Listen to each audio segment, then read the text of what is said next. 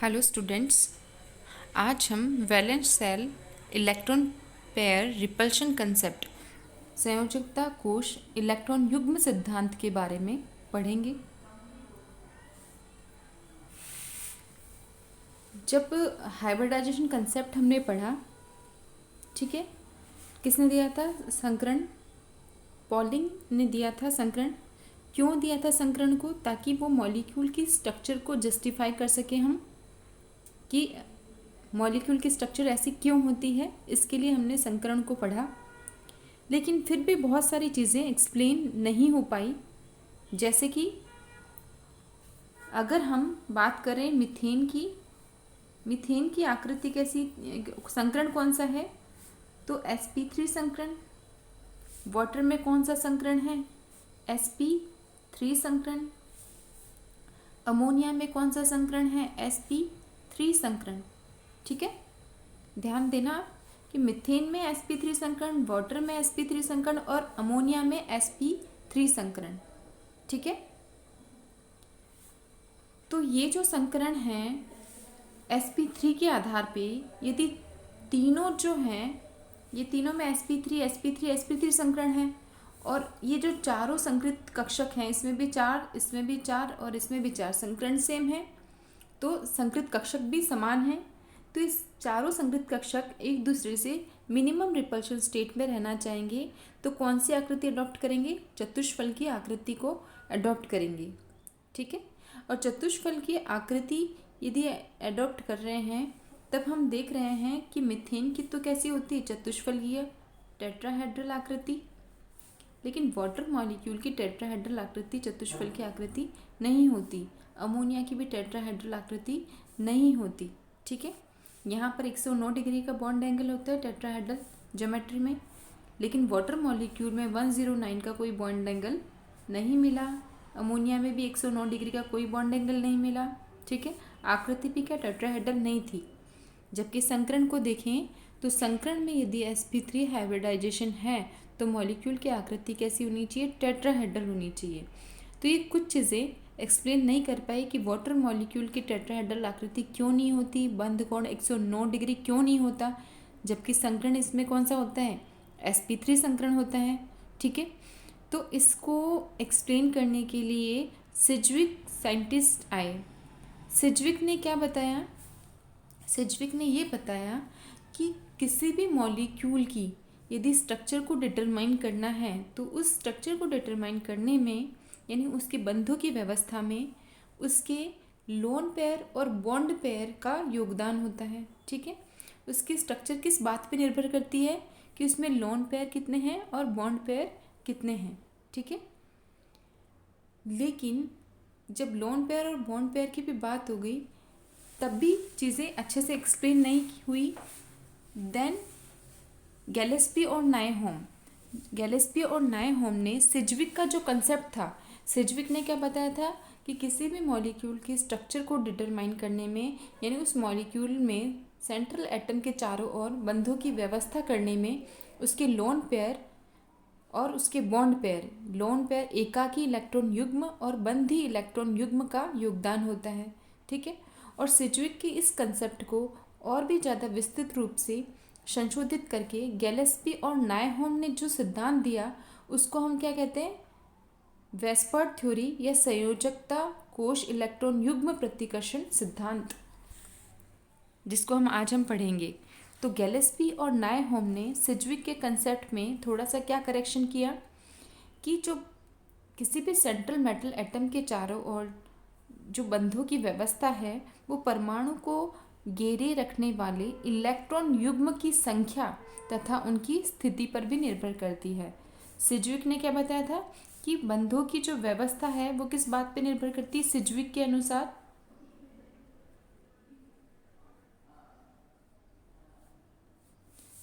अनुसार central metal atom के चारों ओर बंधों की व्यवस्था उसके इलेक्ट्रॉन पेयर पे डिपेंड करती है।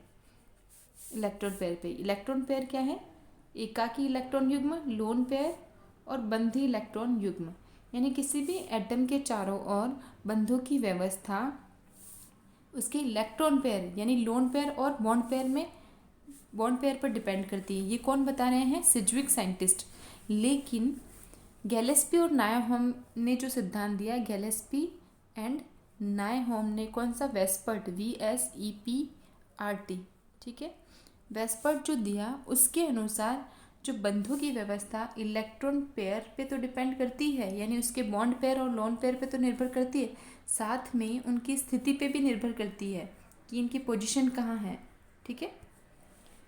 सिडविक के अनुसार इलेक्ट्रॉन पेयर पे डिपेंड करती है, और वेस्पर्ट जो गैलेस्पी और नायहोम ने दिया है उसके अनुसार इलेक्ट्रॉन पेयर पे तो निर्भर करती है। इलेक्ट्रॉन पेयर के कौन कौन से, बॉन्ड पेयर और लोन पेयर, एकाकी इलेक्ट्रॉन युग्म और बंधी इलेक्ट्रॉन युग्म पे तो निर्भर करती है, साथ में उनकी पोजीशन, उनकी स्थिति पर भी निर्भर करती है, ठीक है। यानी जो वेस्पर्ट थ्योरी है वो क्या बताती है, इनऑर्गेनिक मॉलिक्यूल की त्रिविम रसायन को स्पष्ट करती है, ठीक है। 1957 में गैलेस्पी और नायहोम ने अकार्बनिक यौगिकों की त्रिविम रसायन को स्पष्ट करने के लिए ये सिद्धांत दिया, जिसे हमने क्या कहा, वेस्पर्ट थ्योरी, ठीक है। यदि सीधे सीधे शब्दों में वन लाइन में आपसे पूछा जाए कि वेस्पर्ट थ्योरी क्या है, तो आप क्या बताएंगे कि इनऑर्गेनिक मॉलिक्यूल की त्रिविम रसायन को स्पष्ट करने के लिए ये एक सिद्धांत दिया गया है, ठीक है। इनऑर्गेनिक मॉलिक्यूल की स्टीरियोकेमिस्ट्री को ये क्या करती है, डिफाइन करती है। इलेक्ट्रॉन युग्म एकल व बंध युग्म में अंतर किया जा रहा था, ठीक है। वेस्पर्ट में अणु के केंद्रीय परमाणु के चारों ओर सभी बंध युग्मों को भी आवश्यक रूप से समान नहीं माना गया, ठीक है। वेस्पर्ट ने क्या किया कि इलेक्ट्रॉन पेयर पे तो डिपेंड करती है, साथ में किस पे निर्भर करती है, उनकी पोजीशन पे भी निर्भर करती है। यानी गैलेस्पी और नायहोम के अनुसार इलेक्ट्रॉन पेयर पे तो डिपेंड करती है। इलेक्ट्रॉन पेयर क्या है हमारे पास में, एकाकी इलेक्ट्रॉन युग्म, लोन पेयर और बॉन्ड पेयर, और साथ में उनकी पोजीशन पे भी निर्भर करती है। तो पोजीशन क्या बताना चाह रहा है कि सारे गैलेस्पी और नायहोम के अनुसार जो सारे बॉन्ड पेयर और लोन पेयर तो अलग होते ही हैं, लेकिन बॉन्ड पेयर भी क्या है, बॉन्ड पेयर में इलेक्ट्रॉन की पोजीशन के अनुसार हम सारे बॉन्ड पेयर को भी एक जैसा नहीं कर सकते, ठीक है। सारे बॉन्ड पेयर भी अलग अलग होते हैं। वो किस बात पे निर्भर करेंगे कि बॉन्ड पेयर के जो इलेक्ट्रॉन हैं उनकी व्यवस्था, वो इलेक्ट्रॉन कहाँ व्यवस्थित हैं, ठीक है। बॉन्ड पेयर जो हैं, बंधी इलेक्ट्रॉन युग्म कहाँ व्यवस्थित है, इस बात पे भी निर्भर करता है। यानी बंधी युग्म के जो इलेक्ट्रॉन हैं वो सेंट्रल एटम के पास में है, यानी केंद्रीय धातु परमाणु के पास में, या फिर सराउंडिंग उससे जुड़े हुए, जो केंद्रीय परमाणु से जुड़े हुए परमाणु के पास में है। तो ये पोजीशन पे भी निर्भर करता है।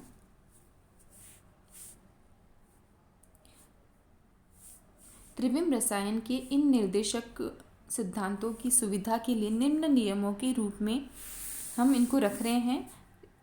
वेस्पर्ट थ्योरी के अंदर हम 4 नियम को पढ़ेंगे, ठीक है। 4 नियम के अंदर वेस्पर्ट थ्योरी को हम एक्सप्लेन कर रहे हैं। पहला जो नियम है वो है, बंध युग्म की अपेक्षा एक अनाबंधी या एकल युग्म बड़ा होता है, ठीक है। बॉन्ड पेयर की तुलना में जो लोन पेयर है उसका साइज बड़ा होता है, ठीक है। बंध युग्म की अपेक्षा जो लोन पेयर है उसका साइज क्या होता है, बड़ा होता है। अपेक्षाकृत आयतन भी ज़्यादा घेरेगा, जिसके कारण जो लोन पेयर के इलेक्ट्रॉन हैं, एकल इलेक्ट्रॉन युग्म अपने पड़ोसी इलेक्ट्रॉन युग्म को बंध युग्म की अपेक्षा अधिक बल से क्या करते हैं, प्रतिकर्षित, ठीक है। इसलिए लोन पेयर के कारण जो रिपल्शन होगा वो बॉन्ड पेयर से क्या होगा, ज़्यादा होगा, ठीक है। फर्स्ट नियम क्या कह रहा है कि लोन पेयर का साइज किससे बड़ा होता है, बॉन्ड पेयर से बड़ा होता है, ठीक है। साइज बड़ा होने के कारण लोन पेयर के कारण होने वाला प्रतिकर्षण बॉन्ड पेयर की तुलना में भी क्या होगा, प्रतिकर्षण ज़्यादा होगा। साइज ज़्यादा तो प्रतिकर्षण भी ज़्यादा, ठीक है। हम देखेंगे एग्जाम्पल लेके कि एक बॉन्ड पेयर 2 परमाणुओं की नाभिक के बीच क्या होता है, लोकलाइज्ड रहता है। हमको ये पता है कि जो बॉन्ड पेयर है 2 नाभिकों के बीच में लोकलाइज्ड रहता है, परंतु लोन पेयर केवल एक ही परमाणु की नाभिक के प्रभाव में रहने के कारण त्रिविम में अधिक फैला हुआ रहता है। अतः केंद्रीय परमाणु का शेष बचे सारे स्थान को ग्रहण करने का प्रयत्न करता है, जिससे इलेक्ट्रॉन युग्म के मध्य प्रतिकर्षण निम्न क्रम में कम होता है, ठीक ठीक है, कौन सा क्रम है वो? लोन पेयर के बीच में सबसे ज़्यादा प्रतिकर्षण होगा, then lone pair bond pair के बीच में, देन बॉन्ड पेयर के बीच में। हम अभी पढ़ चुके हैं कि लोन पेयर जो है वो क्या होता है, किसी भी, ये कोई सेंट्रल एटम है, सेंट्रल एटम से ये कोई जुड़े हुए एटम है, और यदि यहाँ पर ये कोई जुड़ा हुआ एटम है, मान लो हम एग्जांपल ले रहे, कोई भी हाइड्रोजन मान लो यहाँ से जुड़ा हुआ है, ठीक है, केंद्रीय परमाणु से, तो जो बॉन्ड पेयर के इलेक्ट्रॉन हैं वो दो नाभिकों के बीच में क्या हो गए, व्यवस्थित हो गए, कि ये जो बॉन्ड पेयर के जो इलेक्ट्रॉन हैं वो दोनों नाभिक, एक ये नाभिक और ये नाभिक, दोनों के बीच में क्या हो गए, लोकलाइज्ड या स्थानीकृत हो गए, ठीक है। जबकि लोन पेयर के जो इलेक्ट्रॉन हैं, लोन पेयर यदि होगा तो हम इसको इस तरह से शो करेंगे, लोन पेयर के पास में यहाँ कोई एटम नहीं है जिससे हम ये कह दें कि ये कोई फिक्स पोजीशन हो गई इसकी, ठीक है। तो जो लोन पेयर के इलेक्ट्रॉन लोकलाइज्ड नहीं है, वो क्या है, स्थानगत नहीं है, वो विस्थानीकृत हैं। तो वो क्या करते हैं, ये सेंट्रल मेटल एटम का ज़्यादा से ज़्यादा क्या करते हैं, अट्रैक्शन लेने की कोशिश करते हैं सेंट्रल एटम का। तो ये क्या होंगे, ये फैलने की कोशिश करेंगे, ये इधर फैलने की कोशिश करेंगे, ताकि ये इस सेंट्रल एटम का ज़्यादा से ज़्यादा क्या करें, ये स्थान घेरने की कोशिश करें, ज़्यादा से ज़्यादा अट्रैक्शन लेने की कोशिश करें। और इस कोशिश में लोन पेयर का क्या हो जाता है, साइज़ बड़ा हो जाता है बॉन्ड पेयर के साइज़ से।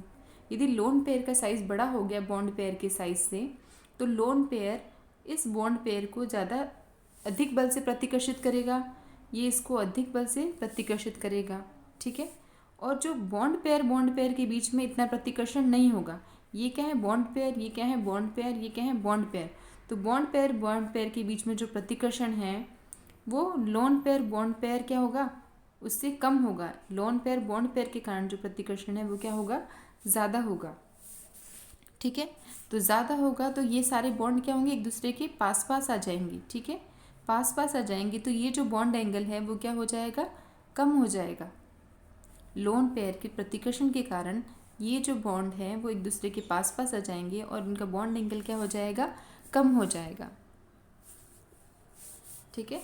यदि मैं कह रही हूँ कि कोई केंद्रीय परमाणु है, यदि उससे जुड़ा हुआ लोन पेयर है, ठीक है, ये लोन पेयर, ये कोई एटम है, ए एटम, ये कोई सेंट्रल एटम है, कोई एक्स उससे जुड़ रहा है, ये बी से जुड़ रहा है, ये सी से जुड़ रहा है, और मैं कह रही हूँ ये लोन पेयर क्या है, इसका आकार बॉन्ड पेयर से क्यों बड़ा होता है, क्योंकि ये सेंट्रल एटम का ज़्यादा से ज़्यादा क्या करने की कोशिश करता है, आकर्षण ग्रहण करने की कोशिश करता है, और इस चक्कर में लोन पेयर का साइज़ क्या हो जाता है, बड़ा हो जाता है। अभी हम ये जो ऑर्डर पढ़ रहे थे कि लोन पेयर प्रतिकर्षण सबसे ज़्यादा है, फिर lone pair bond pair, then bond pair, यानी ये जो प्रतिकर्षण है बॉन्ड पेयर और बॉन्ड पेयर के बीच में वो क्या होगा, कम होगा, बजाय कि लोन पेयर के कारण होने वाला प्रतिकर्षण बॉन्ड पेयर पे, ठीक है। तो यदि ये प्रतिकर्षण ज़्यादा है, ये प्रतिकर्षण ज़्यादा है, तो ये जो बॉन्ड पेयर जो है, ये सारे बॉन्ड एक दूसरे के क्या आ जाएंगे, पास में आ जाएंगे, और जो ये बॉन्ड एंगल है वो क्या हो जाएगा, कम हो जाएगा, ठीक है। तो ये वेस्पर्ट थ्योरी का पहला नियम है।